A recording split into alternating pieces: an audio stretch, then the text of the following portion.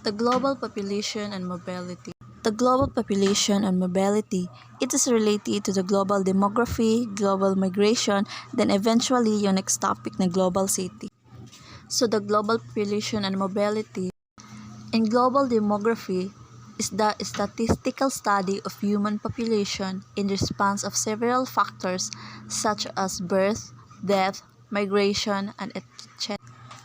So, pag sinasabi natin global demography is a concern with the study of population, yun yung meaning ng demography. But now, we're telling with the global demography means yung global population. Ano ba yung sinasalamin ng populasyon ng buong mundo?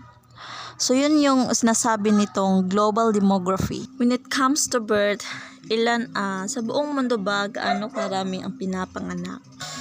Sa isang oras o sa isang minuto, gaano karami ang namamatay, gaano karami yung umaalis, gaano sila katalino when it comes to literacy rate. Ano pa?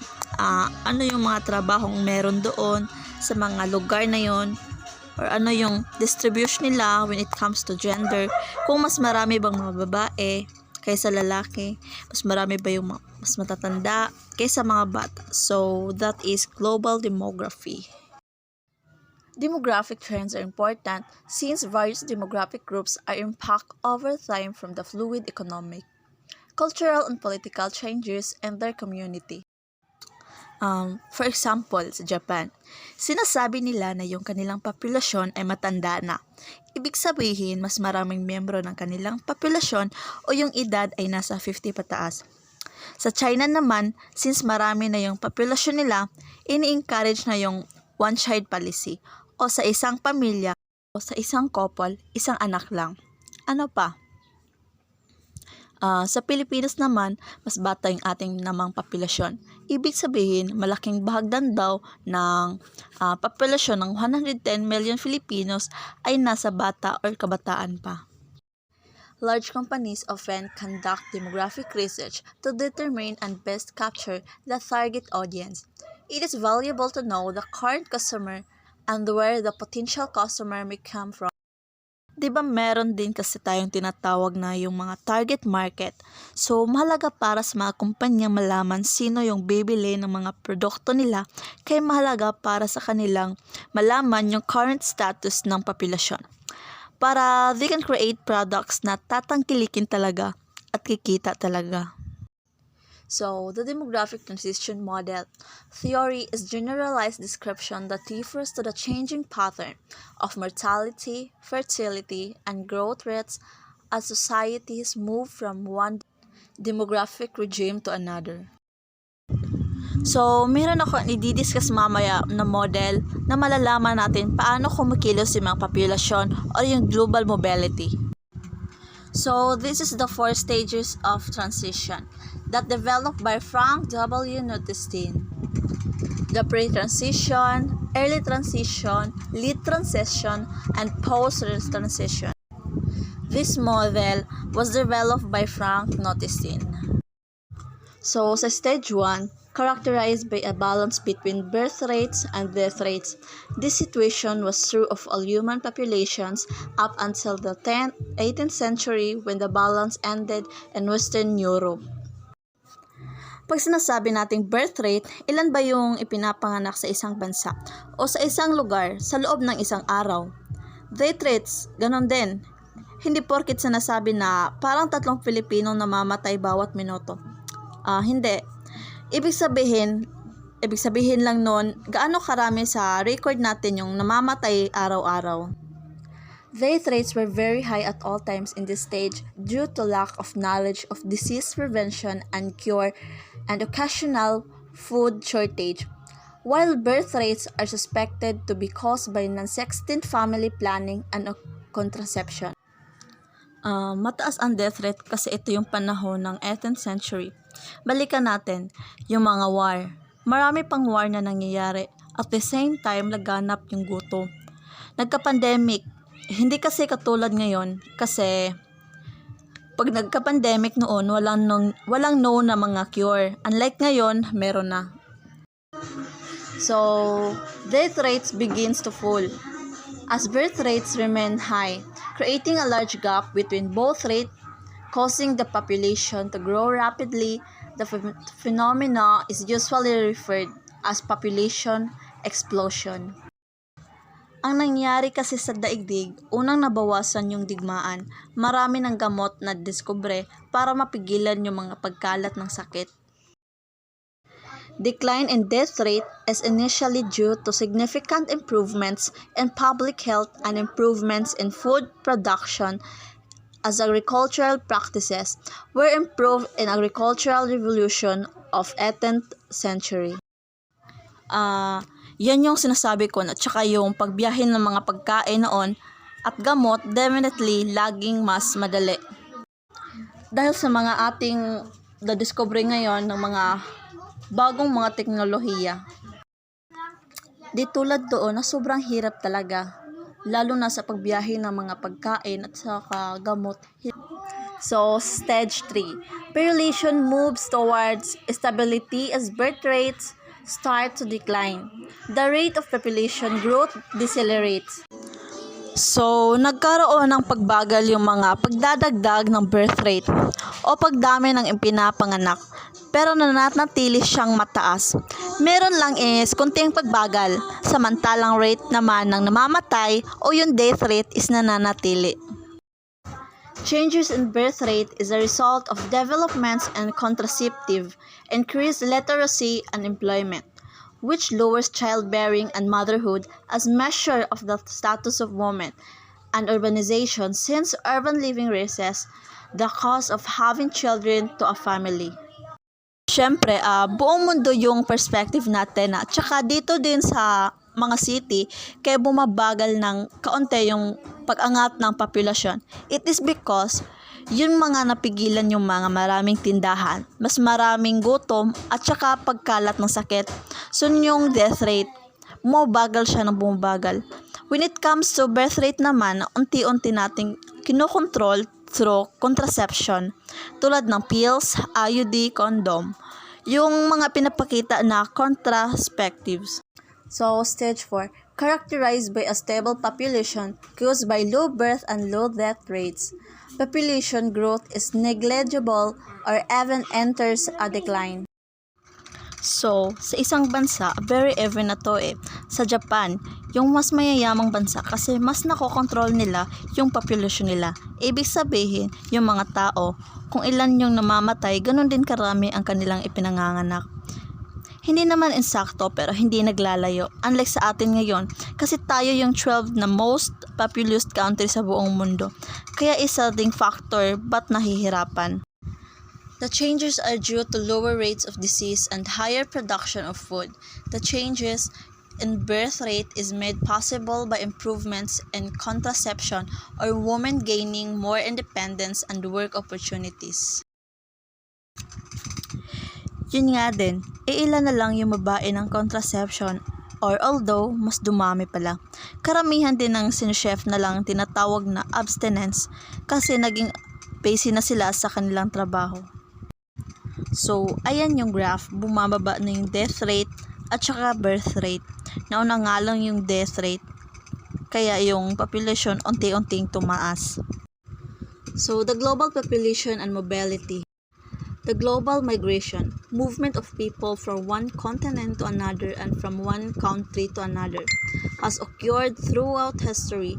These movements are now part of a global process that is reshaping societies and cultures.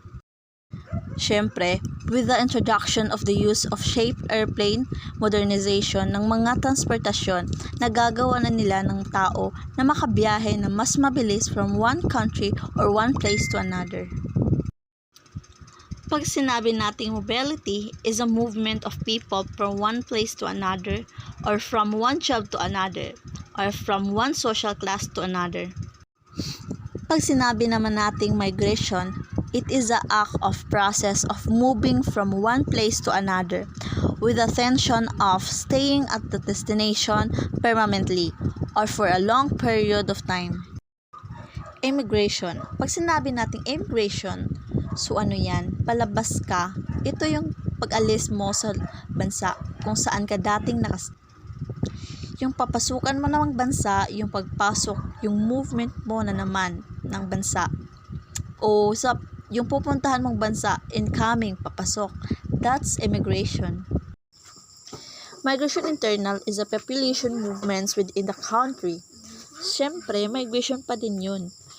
Yung paglipat ng tao to one place to another sa isang bansa. Kala natin kasi refers lang yun doon sa mga lumalabas sa Pilipinas or lumalabas sa bansa, pero still can call it a migration. Pag sinabi natin rural-urban migration, ibig sabihin lumilipat yung mga tao from rural place to urban place. So, that is a rural-urban migrations. Pag sinabi naman natin counter-urbanization, tulad ng project ng pamahalaan na balik probinsya para lang ma-discongest yung mga city. Pag migration internal, yung population is moved across a national. Nangingibang bansa sa madaling salita. Resettlement migration. Ibig sabihin, ito yung mga tao na doon na naninirahan sa ibang bansa. Pag contract migration naman, tigtratrabaho ka lang. Kasi, halimbawa, meron kasing mga trabaho, let's say na, tumatagal ang contract ng taon. So, it called contract migration. Refugees migration. Ito yung mga puwersang umaalis sa bansa kasi experience ng pagmamalupit ng mga taong nandun sa bansa kung saan sila nakatira. Why do people migrate? Economic reason. Lack of employment opportunities, the lack of a well-paid job in the wealthy country, lack of educational institutions across developing countries are powerful drivers of international migration. So, economic reason. Ito yung economic reason. Bakit nga ba maraming Filipino yung gustong magtrabaho sa ibang bansa? Siyempre, malaki yung kita. Kaya tendency, nagmamigrate sila or doon sila pupunta para magkaroon sila ng magandang trabaho. At the same time, magandang kita, syempre. Political reason. The unattractiveness of agricultural activities, disaster, lack of basic amenities, roads, electricity, portable water, and indicate healthcare facilities and industrial ventures and countries have also encouraged migration. Political reason. Pag magulo na yung bansa, magdi-decide na yung family, lalo na sa kung may kaya sila, to migrate sa ibang bansa. Sa Pilipinas, mahirap kasi yung migration. Napapaligiran tayo ng tubig. Social reason. Social factors are things that affect someone's lifestyle. This could include wealth, religion, buying habits, educational level, family size and structures, and population density. Social reason. Kung magulo na dun sa isang bansa, therefore, yung mga tao, nagpipilitan silang mag-migrate or lumipat sa mas peaceful, sa malapit na bansa. Cultural reason. Culture range from ideologies, religion, language, and dialect to art and literacy. For example, nakapangasawa ka ng ibang lahi, therefore, yun na yung reason para pumunta ka na sa bansa kung saan siya talaga Push-pull factor.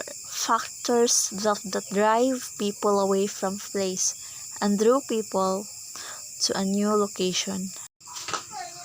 One good example, yun nangyari sa Marawi. Na-push yung mga tao dahil may digmaan. So, na-pull sila ngayon sa mga peaceful na makalapit na lugar. Pull factors, employment opportunities, better standards of living, better access to services such as medical facilities, educational opportunities, and last, entertainment. Ito yung example ng pull factors. Ito yung humihila o humihikayat ng mga tao na lumipat na lugar. So, push factors, remain, ibig sabihin, tagutob. War and civil unrest, digmaan, rural poverty, kahirapan, climate disaster, mga sakuna, lack of quality services, medical facilities, and educational opportunity. Europe, Northern America, Western Asia and Australia, Oceania, will be net receivers of international migrants, while 10 countries will be senders. 14 countries will see a net inflow of more 1 million migrants. Bakit sila yung pinupuntahan? Kaya nga net receivers, kasi tahimik mga bansang yan. Maunlad ang mga bansang yan. Mayayaman sila. That's why. Some of the largest migratory movements are driven by violence, insecurity, and armed conflict, such as Syria, Venezuela, and Myanmar, or by the demand of migrant workers, Bangladesh, Nepal, and the Philippines. Yung mga bansang yan, marami silang ini-export or pinapadalang migrant workers sa ibang bansa